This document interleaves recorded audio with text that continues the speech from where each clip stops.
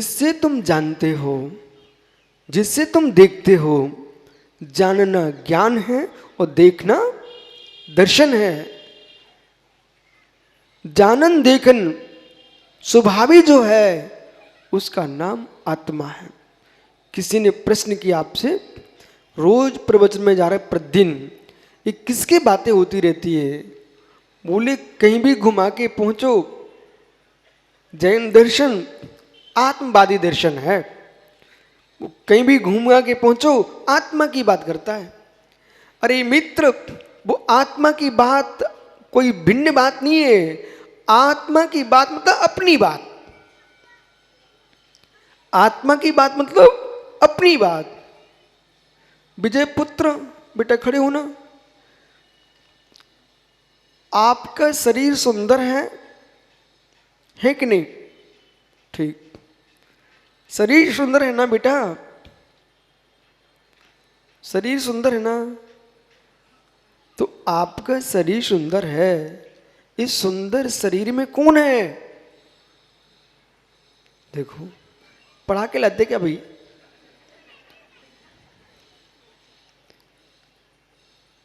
बड़ा भैया, ये छोटा भाई क्या बोल रहा है? मैंने इससे पूछा, आपका शरीर सुंदर है, इस सुंदर शरीर में कौन है? वो भी बोलने लग गया। रवशन भैया, ये तो ऐसा हो गया, भगवान तीर्थंकर महावीर स्वामी के समुष्टन में गौतम इंद्रभूति पहुंचे, बे गए थे महावीर को समझाने के लिए। और पहुंचते ही वे समझ गए। तो दो भाई और थे, बे गए थे गौतम को छुड़ाने के लिए, तो वे वैसे हो गए। ऐसे विजय के बेटे ने कहा कि आत्मा, तो विजय का भाई का बेटा कहता है आत्मा। बेटा सही बोल रहे ना? बिल्कुल हिलना नहीं, तुम दोनों ज्ञानी हो। इसका गहरा मतलब समझिए। मतलब शरीर, यानी बच्चों को कभी छोटा मत समझा करो। तत्व का निर्णय 8 वर्ष में हो जाता है। बेटा तुम ठीक कह रहे हो।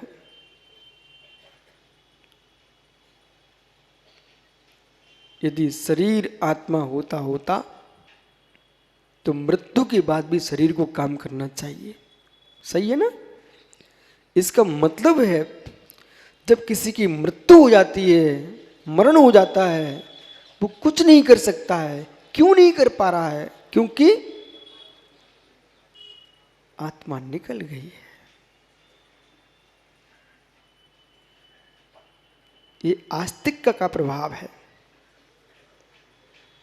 आत्मा निकल गई। अब वो आत्मा कहां जाएगी? जैसा इसने कर्म किया होगा जब जीवित था तब, वैसा फल पाने जाएगी। जैसा जीवन काल में कर्म किया होगा वैसा जीव फल पाएगा। इसलिए यहां बालक ये ध्यान रखना, ये मत सोचना कि मेरे पिताजी भेज देंगे हम कहाँ जाएंगे, कि मेरे भगवान भेज देंगे कहाँ जाएंगे, कि दादा भेज देंगे कहाँ जाएंगे। बेटा भगवान तक काम में नहीं आते हैं, माता पिता क्या काम में आएंगे? हमने जो किया है वो हमारे काम में आएगा। कोई किसी के काम में नहीं आता। बराबर? बैठ जाओ। ये है रहस्य। जहाँ का बच्चा बच्चा आत्मा समझ जाए, इससे बड़ा धर्म का प्रचार क्या हो सकता है? देश के प्रत्येक प्रवचनकार को चुटकुलों की आवश्यकता नहीं है। बच्चों को आत्मा शब्द समझ में आ जाए।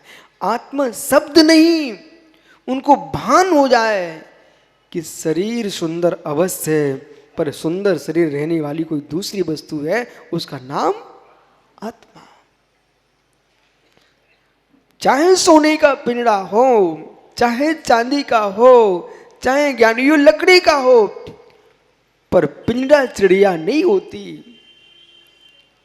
पिंजड़ा चिड़िया नहीं होती, पिंजड़ा चिड़िया नहीं होती है, पिंजड़े में चिड़िया होती है, पिंजड़ा चिड़िया नहीं होता है। सिटी जी नागपुर, पिंजड़े में चिड़िया बंद हो सकती है, लेकिन पिंजड़ा चिड़िया, जैसे पिंजड़ा टूट जाए तो चिड़िया उड़ जाए, पिंजड़ा टूट जाए, पिंजड़ा खुल जाए तो चिड़िया उड़ जाए, स्वतंत्र हो जाए। ऐसे ज्ञानियों, ये देह पिंजड़े में, कर्म के पिंजड़े में, ये शकुन चिड़ैया, कौन? ये शकुन चिड़ैया भगवान आत्मा बंद है। एक यानी पिंजरा वर्धमान टूट जाए, एक कर्म नष्ट हो जाए, ये हमारी शकुन चिड़ैया सिद्ध सलाह पर स्वतंत्र हो जाए।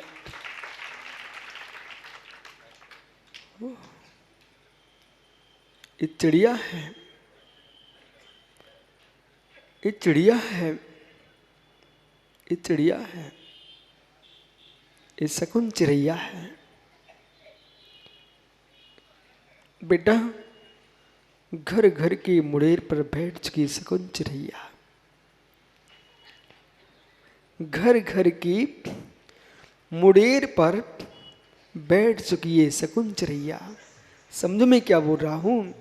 घर घर की मुड़ेर पर बैठ गई ये शकुन चिड़ैया। फिर भी कितनी सुंदर घर हो, देहरी हो, कंगूरे, पर उड़ना पड़ता है किसको? शकुन चिड़िया को। चिड़िया को उड़ना ही पड़ता है, कोई स्थायी स्थान नहीं है चिड़िया का। कितने घोंसले बना ले चिड़िया, फिर भी ज्ञानी घोंसला मिटता है, वो चिड़िया को उड़ना पड़ता है।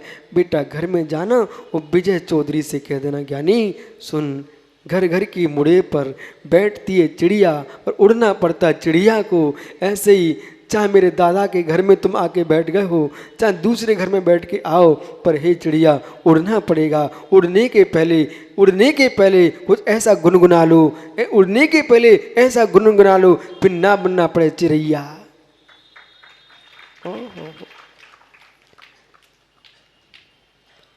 न बनना पड़े चिड़ैया। उस चिड़ैया कहीं झींगुर को पकड़ती, कहीं केंचुओं को, यानी उस चिड़ैया को नहीं बनना अपन को। आओ यानी चिड़िया की प्रिया नष्ट हो जाए, बन जाए भगवान आत्मा भगवान, फिर ना बैठे पड़े किसी मुड़े पर इस शकुन चिड़ैया को। घर घर की मुड़े पर बैठी शकुन चिड़ैया।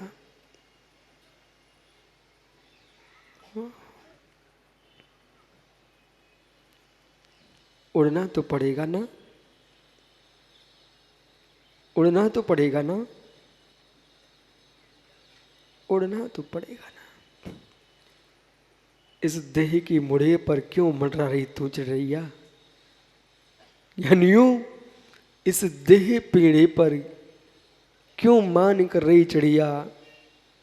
जैसे चिड़िया कितनी ज्ञानी, पिंजड़े से पृथक होना चाहती चिड़िया। कितनी ज्ञानी चिड़िया, पिंजड़े से दूर होना चाहती चिड़िया, पर कैसा पागल राकेश पंडित नई शरीर को छोड़ना चाहता ये चिड्डा। हे मित्र, जैसे चिड़िया पिंजड़े से बाहर निकलना चाहती है, राकेश भैया वही ज्ञानी जीव है, वही ज्ञानी जीव है, वही ज्ञानी जीव है जो देह पिंजड़े से स्वतंत्र होने का कर रहा पुरुषार्थ। हे पुरुष, हे पुरुष, संकल्प विकल्प करना नहीं तेरा धर्म है। संकल्प विकल्प करें बेहिंसक, और संकल्प विकल्प दिलाएं बेमाहिंसक। इसलिए नर देह में मात्र विवेक मिला इतना आपको। धुन को जानना, सभी ध्यान देना मैं क्या बोल रहा हूं। धुन की धुनिया बनना ये भी है एक अज्ञान।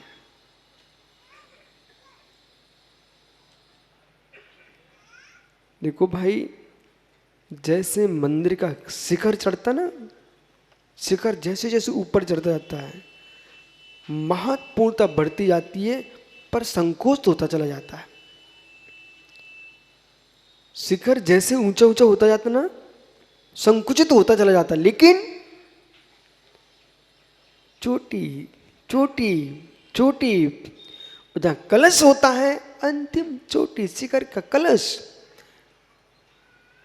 बेटा चोटी है कि नहीं? अरे ब्राह्मण पुत्र, तुझे पता होना चाहिए, शिक्षा बटु माद्राक्षी त्रिनेति त्रिनेति प्राक्निम श्वेत छत्र भूपतिम। श्वेत छत्र किसी के लगा जा रहा है, कोई राजा जा रहा है, दूर से पता चलता है सम्राट जा रहा है। तीसरा नेत्र खुला है तो रुद्र का खुला है, ऐसा लोक में माना जाता है।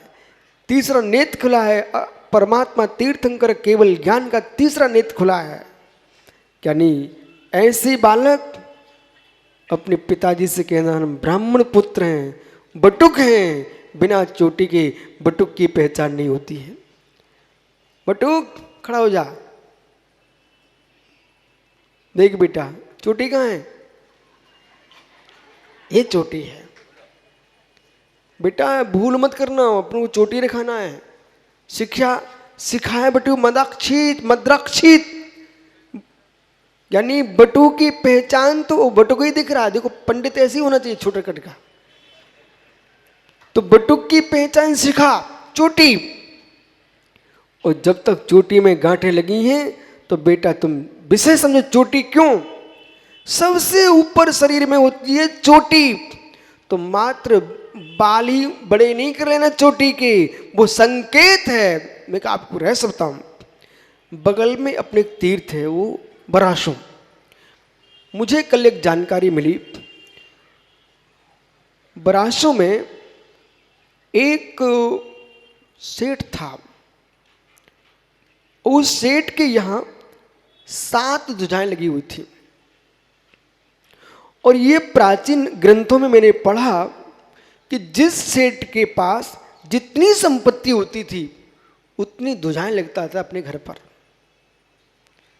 तो वो 7 कोटि जवाहरतों का स्वामी था,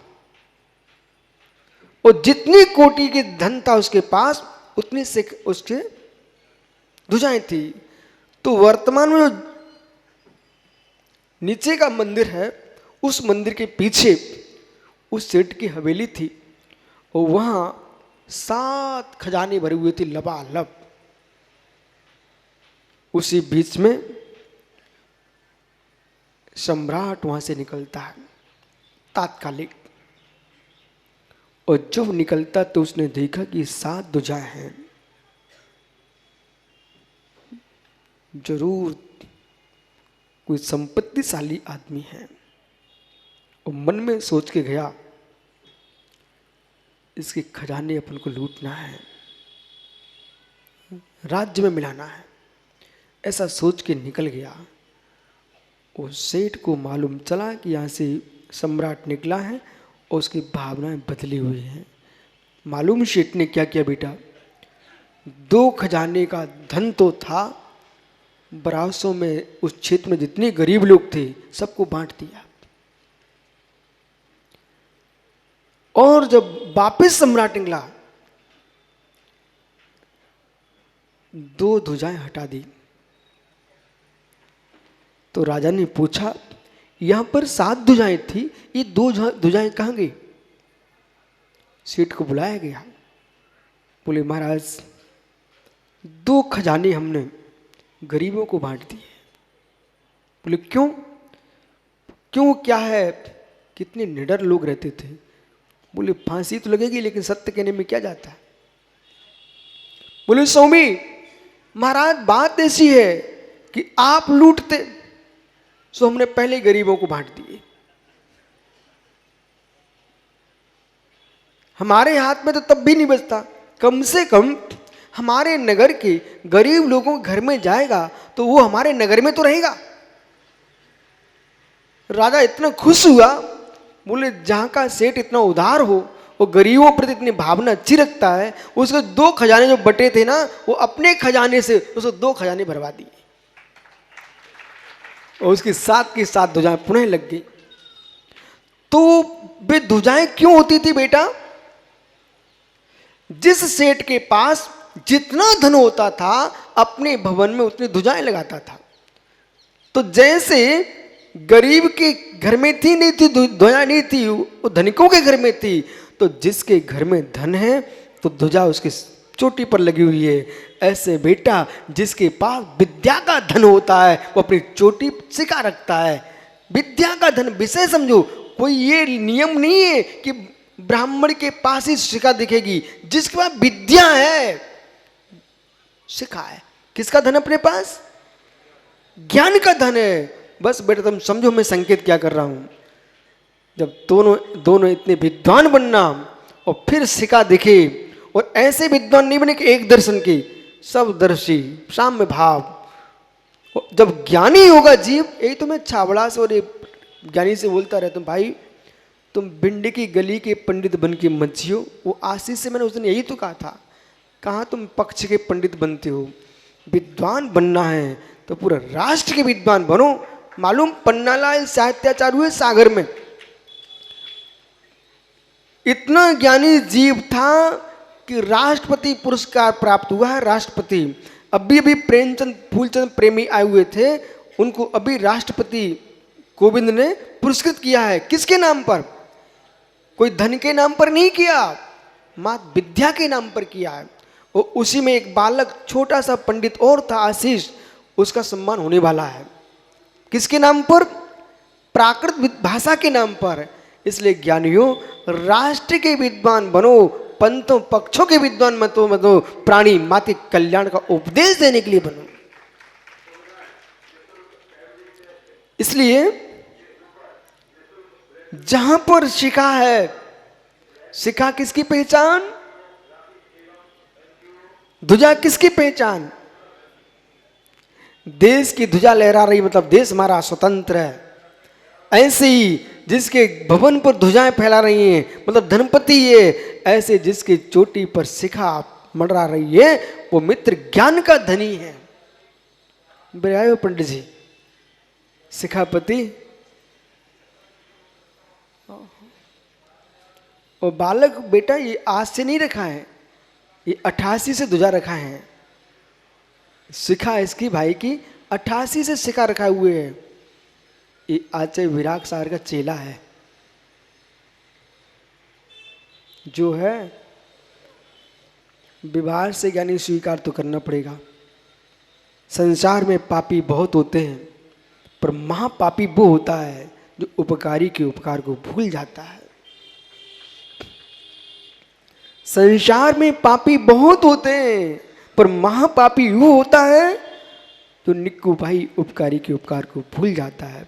इसलिए राकेश पंडित महापापी नहीं है, वो अपने गुरु के उपकार को मानता है, उनकी चोटी को रखा है। देह भिन्न है, आत्मा भिन्न है। इस तत्व का बोध शिखा के रूप में, इस शिखा क्यों आई बीच में? इसलिए आई कि जैसे मंदिर का कलश ऊपर चढ़ते चढ़ते संकुचित होता है, लेकिन महत्वपूर्ण अंतिम चूलिका होती है, ऐसी तत्व ज्ञान में वर्तमान में उपदेश चल रहा है। आप अनुभव कर रहे हो कि जैसे चूलिका की ओर आप जा रहे हो, सूक्ष्म सूक्ष्म व्याख्या प्रारंभ हो रही है।